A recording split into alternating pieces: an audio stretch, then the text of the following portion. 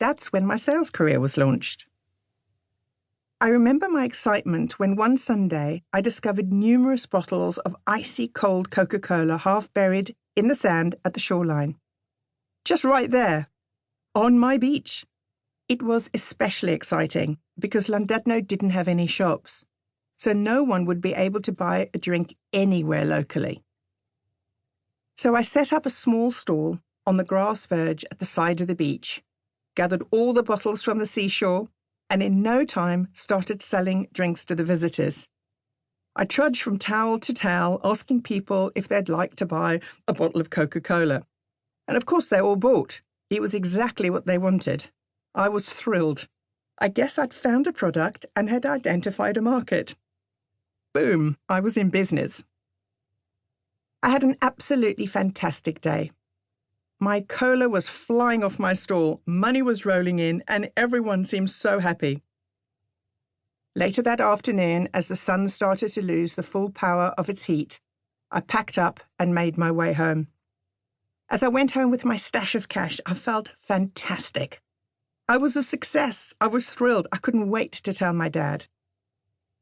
My dad had been in sales most of his life. He was an excellent salesman. I'm probably a little biased, but to me, he was and still is the most amazing salesperson I've ever met. He loved selling, loved putting deals together and broking for others.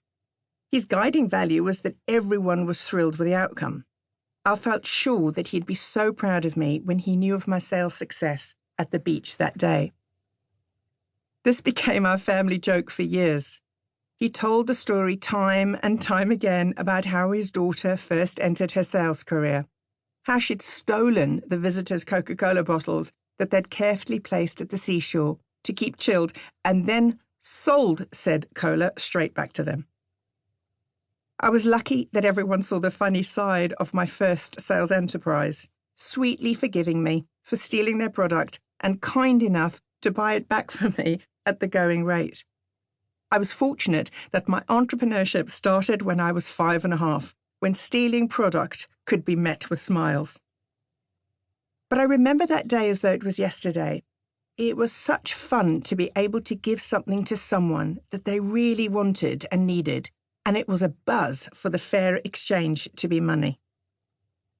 I'm pleased to report that my days of stealing product and selling it back to the original owner were short-lived.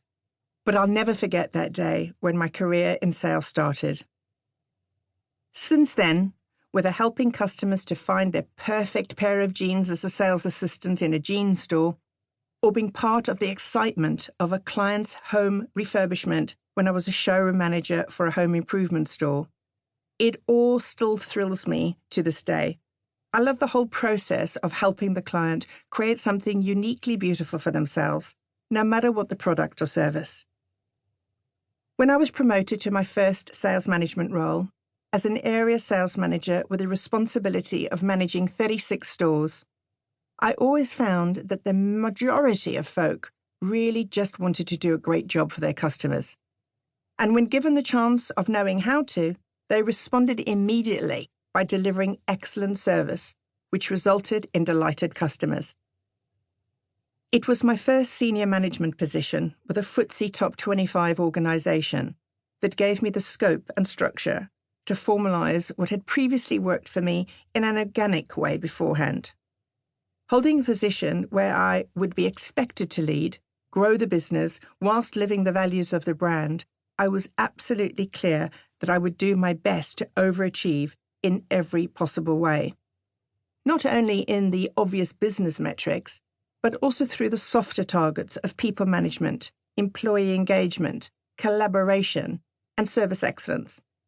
Being a leader who led by example and from the front was hugely important to me. My management team and sales force of some 120 people stepped up to the plate, and we built a business that was rooted in serving with delight. Growing our sales turnover from £50 million to over £100 million in a few short years was an indicator that we were doing something right. It was a monumental joy. So it was obvious to me that when I took up my first sales director role, I knew that I not only had the scope, but it was actually my responsibility.